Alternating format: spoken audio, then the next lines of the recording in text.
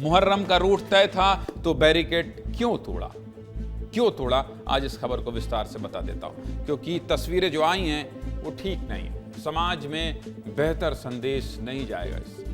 मुहर्रम भले ही खत्म हो चुका है, लेकिन मुहर्रम के ताजिए निकालते समय जानबूझकर खड़े किए गए विवाद अभी भी सुलग रहे हैं और न जाने कब तक ये विवाद होते रहेंगे। अंदेशा इस बात का भी है कि विवादों को जानबूझकर हवा दी गई है और ये सब किया है उन असामाजिक तत्वों ने जो ये नहीं चाहते कि समाज में धार्मिक शांति बनी रहे।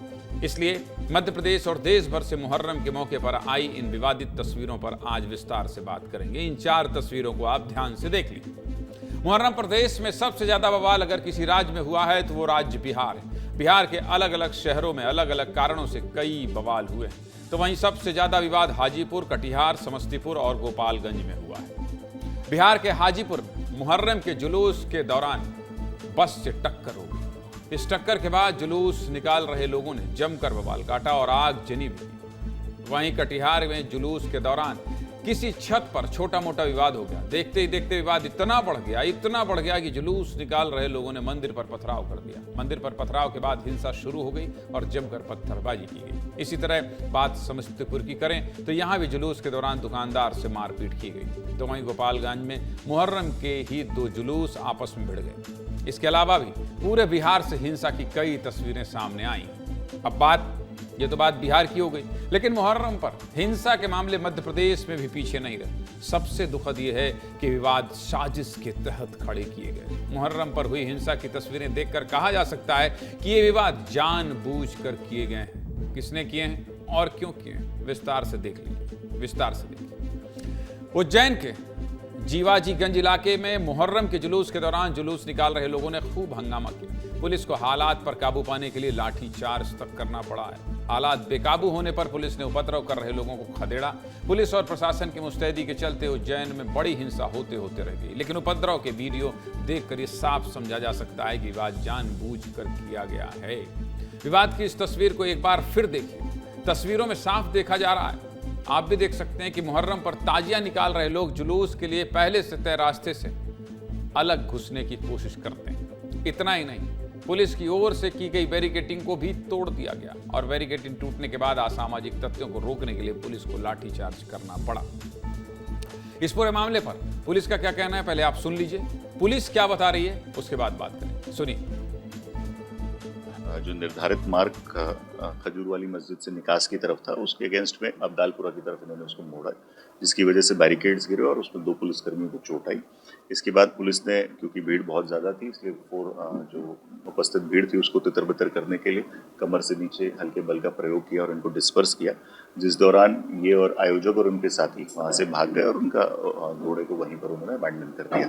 इसमें एक हमारी तरफ से FIR भी दर्ज की गई। उज्जैन में पुलिस और प्रशासन ने व्यवस्था कितनी दुरुस्त कर रखी थी, ये समझने के लिए एक दिन पहले की तस्वीर आपको दिखा देता हूं। एक दिन पहले उज्जैन के कलेक्टर और SP ने सड़कों पर पैदल घूम कर ताजियों के रूट का जायजा लिया था, जो करना भी चाहिए। बहुत बड़ा जुलूस है मुस्लिम समाज का, इसकी व्यवस्था दुरुस्त होनी चाहिए। मुहर्रम के जुलूस के लिए रास्ते तय तक कर दिए गए थे। ये सब देख के कि भाई किसी को कोई असुविधा ना हो, कलेक्टर SP ने खुद रास्तों की बैरिकेडिंग की थी। जब सब कुछ तय था तो फिर जुलूस निकाल रहे लोगों को बैरिकेडिंग तोड़ने की क्या जरूरत आ पड़ी थी। तस्वीरें देखकर साफ पता चलता है कि ये सब माहौल खराब करने की मंशा से किया गया। ये तो बात उज्जैन की हुई। मध्य प्रदेश में कुछ यही हाल भिंड और शाजापुर का भी रहा। शाजापुर में जुलूस निकालते समय मुस्लिम पक्ष के ही 2 गुट आपस में भिड़ गए। दोनों गुट अलग अलग जुलूस निकाल रहे थे, लेकिन जैसे ही जुलूस आजाद चौक पहुंचा, दोनों पक्षों में विवाद हो गया। पुलिस ने हालात बेकाबू होते देख लाठीचार्ज किया। हालात कुछ इस कदर बिगड़े कि सुबह 5 बजे तक चलने वाले इस जुलूस को पुलिस ने रात 2 बजे ही खत्म करा दिया। वहीं भिंड में भी कुछ यही हाल रहा। भिंड के शहर कोतवाली इलाके में ताजिया जुलूस निकाल रहे 2 गुट आपस में भिड़ गए।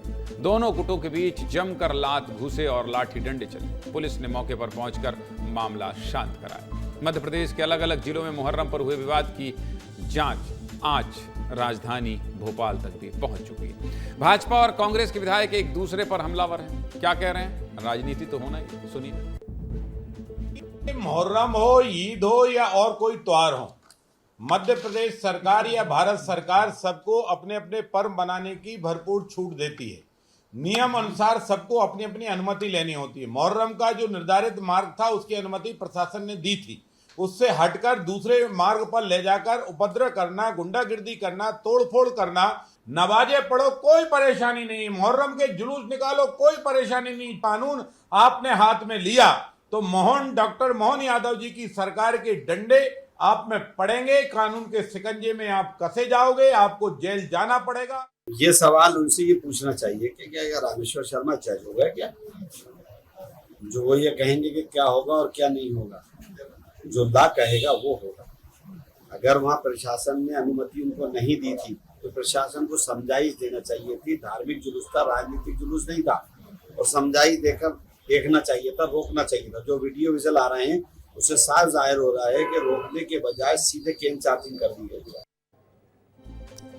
कुल मिलाकर यह कहा जा सकता है जहां जहां भी विवाद हुए धार्मिक उन्माद फैलाने के उद्देश्य से ही किए गए। लेकिन मध्य प्रदेश में ही मुहर्रम की अच्छी तस्वीरें भी सामने आई हैं, वो भी आपको दिखा देता हूं। मध्य प्रदेश के कटनी में मुहर्रम के जुलूस में आतंकवाद के खिलाफ पोस्टर्स लगाए।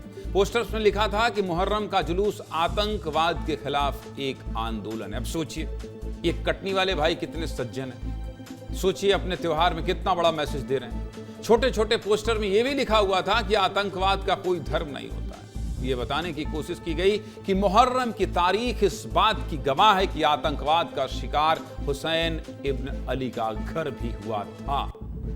सीधे मुद्दे की बात क्या है? सीधे मुद्दे की बात यह है कि मुहर्रम पर दुख जताने के अपने अपने तरीके हैं, लेकिन उन्माद फैलाना समाज और देश हित में कतई नहीं होता है। असामाजिक तत्वों को यह समझ लेना चाहिए कि कानून के हिसाब से ही चलना होगा, क्योंकि कायदे में रहिए तो फायदे में ही रहेंगे।